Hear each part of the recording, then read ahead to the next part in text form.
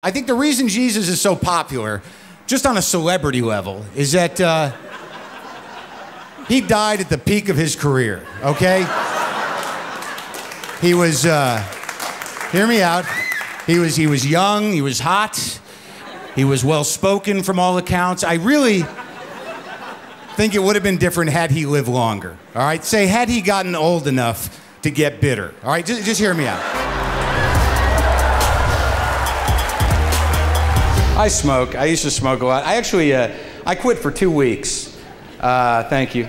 No, I started again. I quit. Actually, I didn't quit because it was bad for me. I actually quit because there is no dignity left in cigarette smoking anymore. I mean, where's the dignity in standing out in front of the building you work at? Like an abused animal.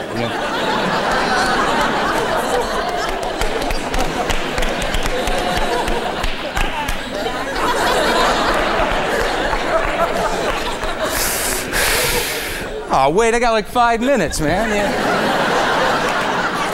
And now smoking sections are disappearing. I was at the airport recently. They used to have a smoking section at most airports, no more. They now have these glass-encased rooms.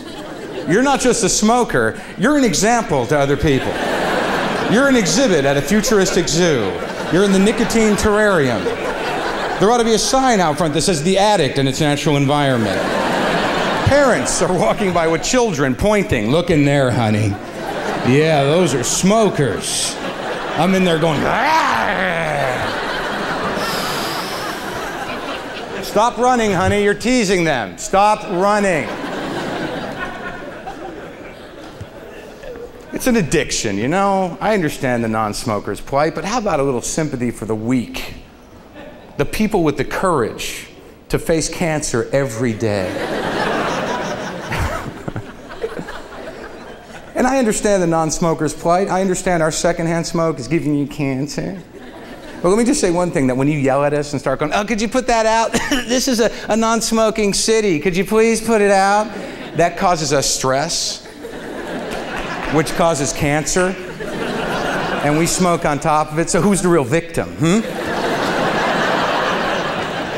in all honesty, I feel bad for people who have never been addicted to anything, because they're the real losers. You want to know why? Because they just don't know what it's like to really want something and get it again and again and again.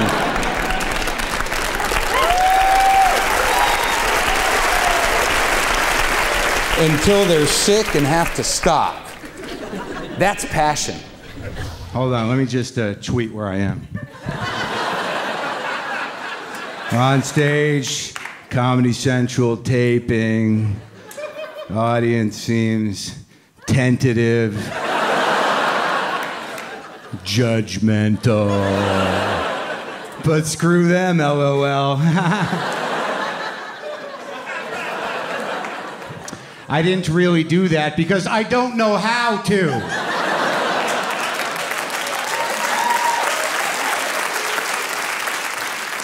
I don't know what this phone does. Does anyone know what theirs does? Seriously, it comes with a book, but I can't get through that book. Every book just eventually turns into like a math text to me. It's like, oh, I don't want to do this. How do I pick a sound and put my 2 friends in? I'm good.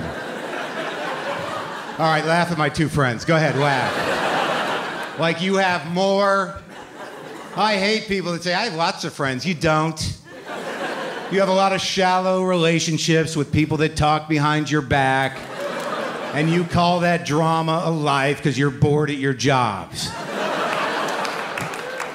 That is not my life. All I need are 2. I need the main guy and the guy I go to when I drain the main guy. That's it. Because I am a panicky, angry man. I make calls like this. Dude, I'm losing my mind. No, I'm having a breakdown or something. I'm serious. Oh, you're tired? All right, take the day off. I'll call the other guy. Dude, I'm losing my mind. No, for real. No, it's your day. It's your day. So make me feel better, friendo. Do it. I was with my wife for 8 years before I asked her to marry me. I lived with her for 5. Now, When you've been with somebody 8 years before you ask them to marry you, it takes a little momentum out of the engagement. You know what I mean? Here's how I think I proposed. I just got down on one knee and I said, so, you want to break up, or? And I really thought, this is stupid, I really thought a couple things. That when I got engaged, there are two things that happen when you get engaged. You get all excited to give her the ring, and you know, it's real emotional, and you give it to her and she cries, and a second later you're like, damn, I could have had a car, you know? But you gotta let that go. But I really thought that when I got engaged, I thought that when I put that ring on her finger that it would buy me a little time. This is not true. As soon as the ring goes on, it's like a switch. Rooms are being rented, bakers are called, there are musicians involved, and it's out of your hands, man. You might as well be on a dock waving goodbye to a boat. See ya! Y'all get the tux. I'll see you at the place. And if you think you're gonna have the wedding you wanna have, and your family's involved, forget it. We thought we were gonna get married on a mountain at sunset in Arizona. Her mother put the kibosh on that plan with one sentence: Esther can't make it up the hill. There's always an Esther, and she's not going up the hill.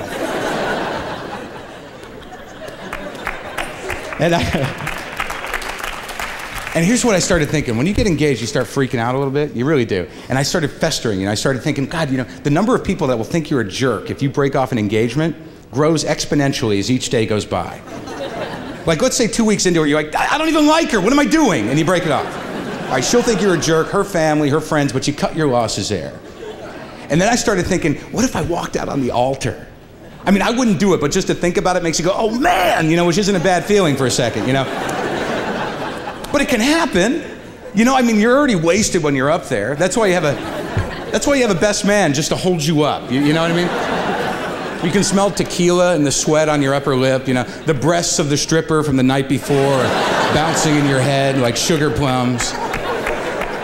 It would be so easy just for the guy to go, yeah, do you take this woman? You just go, you know what? I don't.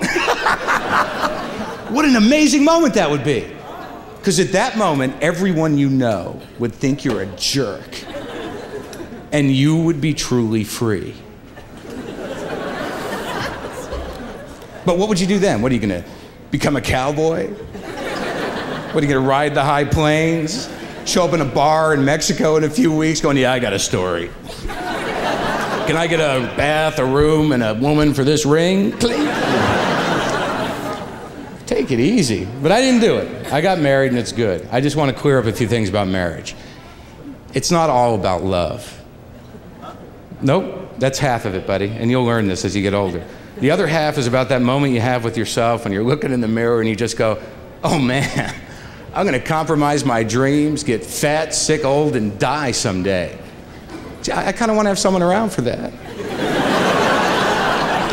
You don't want to be 50 and fat, sitting in a one-room apartment by yourself going, look at me! I'm a fat failure! No, you kind of want to have someone there to go, it's okay, honey. Let's go get some frozen yogurt. Cowboy. I'm exhausted. I've been flying so much, and I used to be okay with it, and then something went wrong. I almost died on an airplane. Let me rephrase that. In my mind,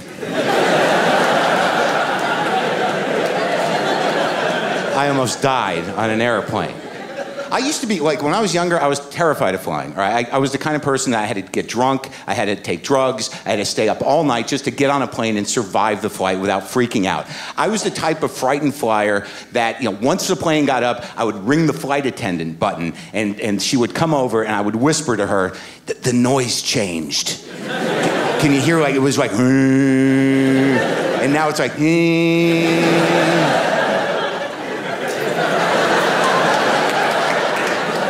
I just wanted to tell somebody. I thought someone should know. And like, I was the guy that then they'd go have like a flight attendant huddle, and they'd all look over at me like, and I'd be like,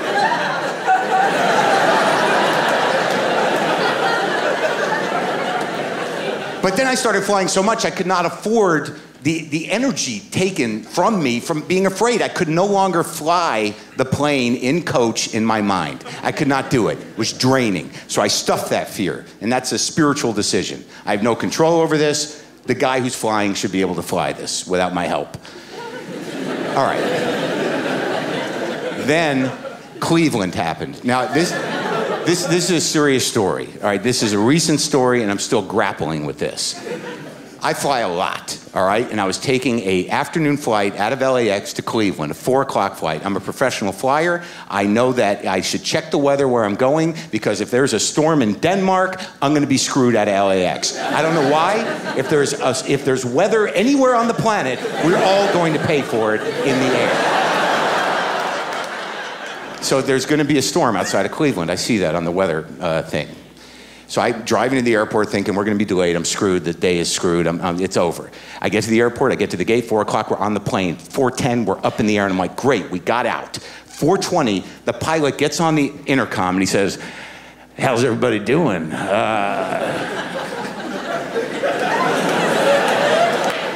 Just wanted to say that we might hit some weather outside of Cleveland, but I think I'm gonna miss it. Why is he talking like that? What's with the attitude? I'm like, who is this guy? What are we supposed to sit here and go, I wonder when it's gonna happen? Why is he telling us that? And what's with his attitude? Why is he so cocky? Is he a hot dogger? Is he gambling with us? You know. This is what that's what's going through my mind, but I don't make a big deal out of it, all right? I'm a professional flyer, I'm cool. I'm watching VH1 on DirecTV. The Woodstock movie is on. We're an hour and a half outside of Cleveland, an hour and a half, and this guy gets on and says, yeah, looks like we're gonna hit that weather. And I think that you thought we were gonna miss. And he says, could the flight attendants please take their seats and prepare the cabin for landing and please take your seats. So I'm thinking like, all right, well, it's gonna be bad. We're gonna hit the weather, but I'm cool. I'm not gonna freak out. But they're gonna sit down, so that's, it's gonna be bad. So I'm watching the Woodstock movie. Joe Cocker is singing With a Little Help from My Friends. Right at the high note, where he's like, I get high. I see lightning on both sides of the plane. And the aircraft falls out of the sky. Falls, just a free fall. All right, I don't freak out, but the guy behind me, all right, I hear in my headphones Joe Cocker and the guy in the seat behind me going, oh God! Oh God! Oh God, no! No! He's freaking out. I don't freak out. I have some weird thoughts. My first thought is, do I want to die to this song?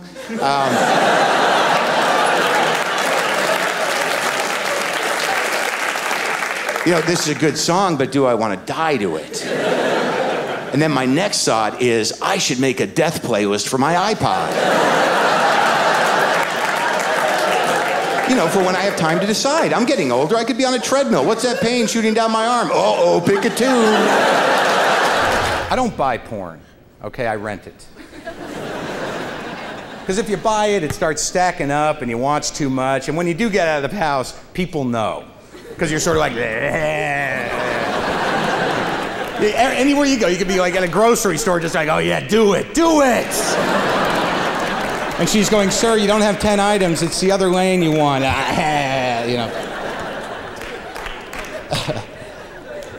And another reason I rent is because when you rent, it keeps your conscience in check. Because when you rent porn, you have to take the long walk of shame to the video store. And then I gotta go there, and it's this little old guy who owns my video store, and I gotta walk down the aisle, and he's sitting there going, oh, no, no, no, no. And I go into the adult section, I gotta crawl up to the counter, like, I want this one.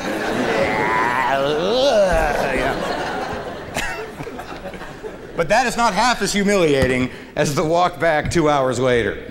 When you're like, I'm done.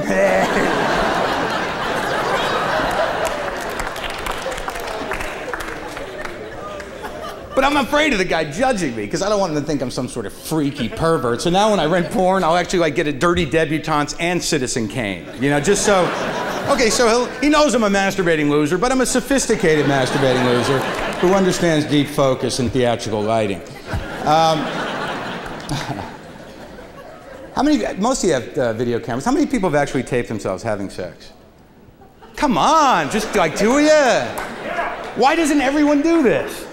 I mean, people have video cameras, they'll tape vacations, birthday parties. They'll go out into the street and look for other people kicking each other's ass and tape that. But the thought of, setting it up in the bedroom never occurred to you? It's a great thing for a couple of reasons. Well, you do look bigger on TV, that is true. And And also, but it could be a learning tool. You could get up the next morning and go over it. Like, okay, honey, see when he did that, when he turned around? That was good. Rewind it, that. Like, more of that. But I actually think that not only should you tape yourself having sex, but there should be a part of your local video store just for home porno. Just from people in the neighborhood. What a community bonder that would be. You imagine you're at the supermarket, hey Bob, we rented your movie last night, man. That was terrific, really creative, you know? I lost you when you brought the dog in, but before that... I'm suppressing a lot of anger, always.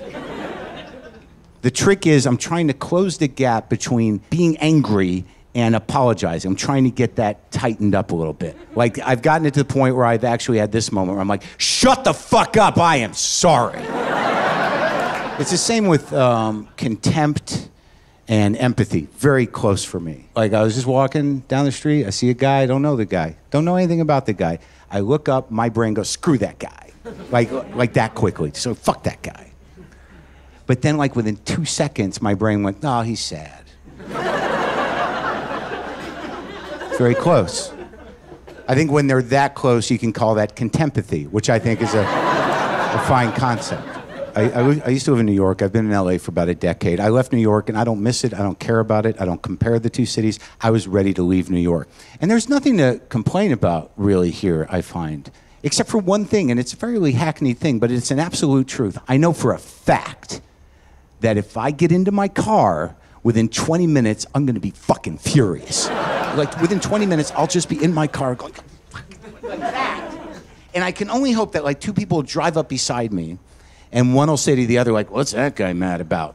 And the other guy will say, like, I don't know, but it happened a long time ago, I think. I think that traffic, as a reality, you can explore existential issues in a very real way, like justice, closure. Like, have you had the moment where you're there, you've invested the time, you have no choice? Let's give it 35 minutes. You're kind of not moving much, and then it starts to move a little bit, and then it starts to move freely, but there's no evidence of anything causing it. So, and you have that moment where you're like, that was about fucking nothing. Like, there's no justice in the world. There's no explanation for that. Like, I don't think I wanted to see a dead guy. You know, I didn't want to see a dead guy, but an aggravated guy, you know, with a fucked up car going, you know, like, that would be good. Just so I could say, like, fuck that guy. No, he's in trouble. I don't want to offend people right out of the gate. I know that some of you believe, and I certainly don't want to mock the myths that define some of you, but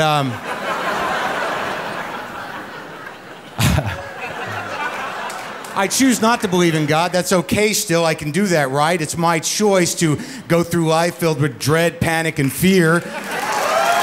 Because I think that's a more objective and real way to live. Just to be like, what's gonna happen? I think that's needed, honestly. And again, I don't want to make fun of what you believe in. I think, you know, Jesus, I think the reason Jesus is so popular, just on a celebrity level, is that he died at the peak of his career, okay? He was, hear me out, he was young, he was hot, he was well-spoken from all accounts. I really think it would have been different had he lived longer, all right? Say, had he gotten old enough to get bitter, all right? Just hear me out. Picture there's a third testament to the Bible, all right? At this point, Jesus is in his 50s. He's got one apostle left. And the book opens with him knee-deep in water saying, I used to be able to do this.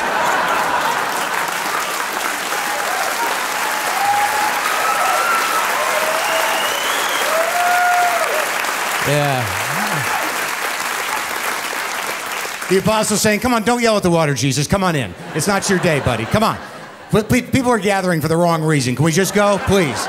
Please, let's go to the deli. We'll have a sandwich. We'll try again tomorrow. Come on. Come on. But yes, you are God. Come on. And again, you know, if you're a religious person, I understand why you believe. It makes you feel better, you know, but a lot of us do not have the patience or disposition to have faith or believe. Thank God there's medication for those people, because if you are properly medicated, it will provide roughly the same effect as religion. You know, if you are on the right combination of antidepressants, it will alleviate your ability to see the truth clearly and provide a false sense of hope. And